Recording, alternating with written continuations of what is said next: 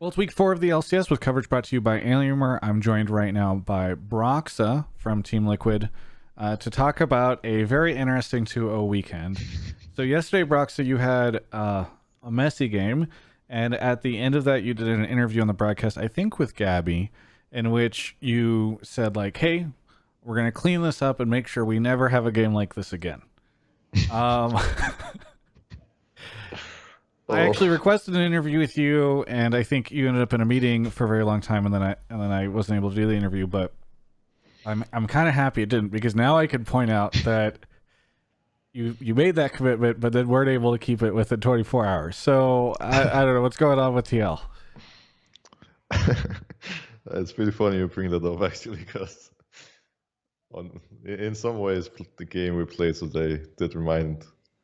Actually, it reminded about yesterday's game on so many levels, on so many levels, and I'm not sure what exactly is going on with us. I don't know what on earth is happening because I feel like we had a really solid week one, and then it kind of started going downhill from there, which doesn't really make sense. Normally, it would be the opposite, right? And there's no doubt in my mind that we need to have a team talk before we begin practice next week and figure out what is going on. Why are we playing worse individually? Why are we playing worse as a team? Why do we give the enemy team Soul every single game? I think 3 or 4 games now we've played against Soul for some reason, and we're just making too many mistakes, and we're not really on the same page. And yeah, then things start falling apart, and somehow now 2 or 3 times we've been able to miraculously win in the end. Yes. Yeah, other teams feel sorry for you. Clearly, they're like, we got to throw them a bone for this one. Where do you think where do you think the mistakes are happening? It sounds like you think it's just individual play. I don't think anyone in particular can be blamed. I think it's a team thing more than anything where um, I think each of us have had some pretty poor performances on stakes or pretty poor stage performances. We have had games where something went wrong early game, where someone got caught so much, where we miss playing team fights, um, or where we don't know what to do when a godly Malphite walks up to us and we don't really know how to work around that. There's been a lot of stuff going on and mistakes around, but I think most of all, um, we just haven't really been playing too well as a team. Because often, whenever you are, whenever you consider yourself the better team, you should be able to, even if early game goes south, you should be able to stall it out and just out macro the opponents and win that way. But even our macro has been really iffy,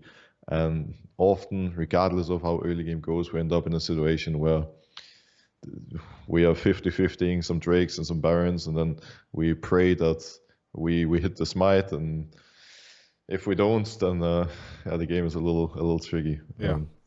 So I feel like it's hard to pinpoint one thing exactly that has gone wrong. It's just a bit of a sketchiness across the board, I would say. There was some criticism yesterday on the analyst desk about the draft for yesterday, Mm. where people feel as though you guys are perhaps playing too safe. I think it was like 4 of the 5 picks were like are in the top 3 most picked in that role, and then the other one was like top 4. And so I don't know.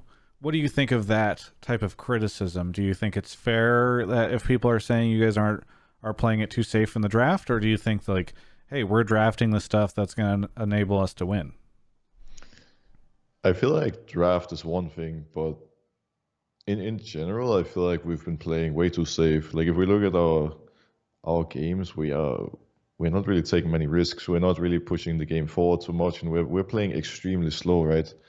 And it feels like one of the things that I said I wanted to change when I came here, we're still doing, and now I'm just a part of it, which doesn't feel that great, right? I said Yeah. I want to come in here, I want to bring aggression, I want to bring playmaking, and do what I think I'm best at, and now I'm kind of a passive player too, and it is something that has been on my mind a lot recently, and something that I really want to change. And that I think we're all aware of, that it can't be right that we consider ourselves a team that is supposed to be a top team, possibly even the best team, and then we're just so scared of doing anything, and we pay the opponents so much respect.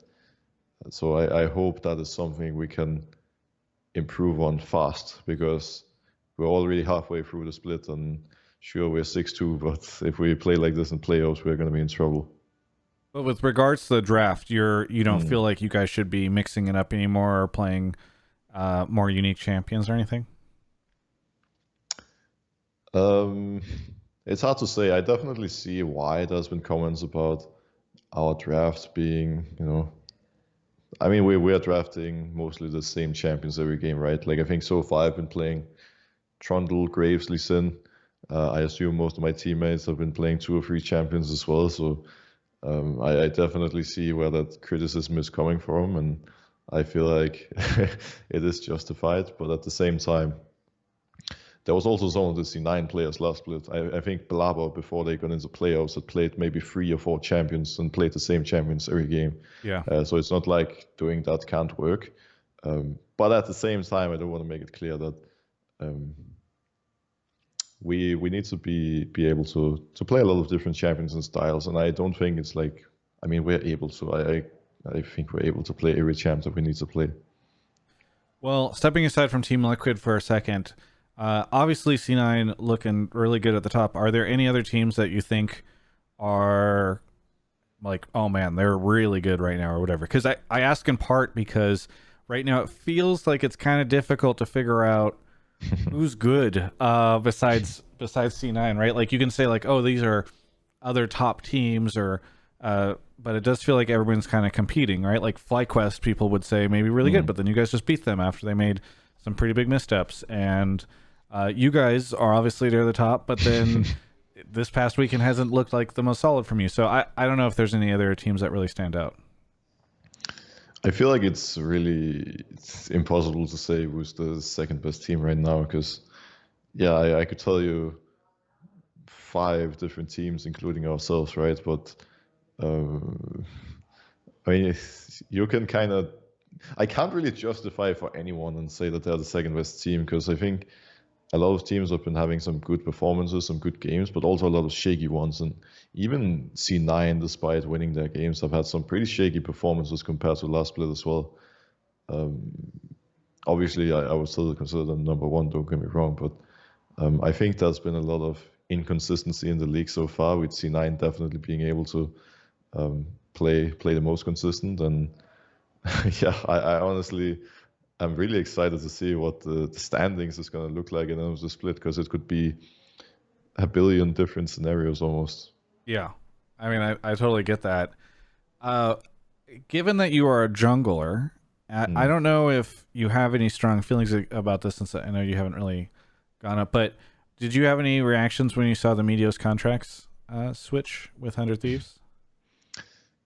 Yes, I actually did, and that like right when it happened, it was kind of an interesting moment for me, because I was streaming, and out of nowhere in the middle of my stream, the only topic that is being talked about in the chat goes from being random stuff to being Meteos. It was like the only thing I saw.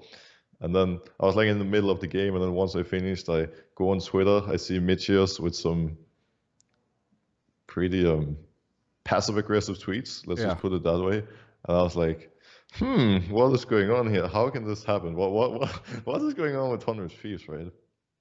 And to me, from an outside point of view, it's really hard to say if the approach 100 Thieves is taking is right or not. I think it's very fair that they decide to change something, because they have been performing pretty poorly, and they do need to turn things around really quickly before the, I mean, just now pretty much. I mean, they're running out of time, right? They're at the bottom of the standings, and they need some wins. So I understand them trying to change it up. Is it the right approach or not? I don't know, but I was mostly caught off guard and kind of surprised about how the entire situation was handled and how it turned into so much drama. Well, do you, I mean, obviously I think a lot of people were surprised. I think for me, I'm just curious, I don't know if you've had a chance to play against maybe in scrims, or if you've seen contracts much, if you you think like, oh wow, this guy is really on fire, or if you feel like this is like a side grade, maybe you don't know enough about him compared to Medios to make like an assessment. I feel like it's hard for me to judge which of the two is actually a better player, and I feel like uh, how you see them perform in the game is one thing, but there's so many other factors that play into it, like communication, um, how they how they are on a daily basis, and how they help the team outside the game. And for contracts in particular, I don't even know too much about him other than from playing against him in 2017 or Yeah, something when he was on C9. Like when I think contracts, I think Worlds 2017 because back then on Fnatic we scrimmed C9 almost all the time. So me right. and contracts played each other a lot. But since then, I haven't really seen so many of his games. So who knows? Yeah. Well, I guess we'll see as time goes on. Is there anything, Broxah, that you want to say to any of the fans out there? I feel like there's a lot of things I could say to the fans right now because I'm sure a lot of fans are there confused, angry, and all sorts of things. But most of all, I think it's important to state that we are aware that the team has been a mess, not only this week but the past weeks. Our games are very iffy, very random, and we simply don't perform at the level that we can accept and be happy with. This is something we are really trying our best to work on, and that is going to be a really big focus going into the next week. I can't promise we're going to step it up and going to look solid next week already because it's going to take some time, but I hope that next week can be the first step in the right direction to an actually a good Team Liquid. Yeah. Yeah. Well, looking forward to seeing how things go in the next couple of weeks, Brox. I really appreciate you taking the time to talk to me, and looking forward to seeing what you guys are able to pull off as we progress through the split. For everyone else, you can check out the rest of my coverage of all things esports right here on my YouTube channel. Hello. I didn't really have a great idea for what to do for this outro when I hit record just now, and I was hoping that in the moments after hitting record, I would come up with something, and that maybe by stalling, by talking about this situation I was in, it would give me time to come up with something.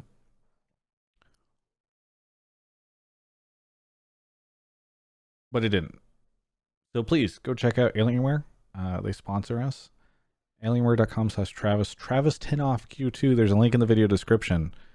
And maybe with your support, I can come up with an actual idea on what to do for these outros.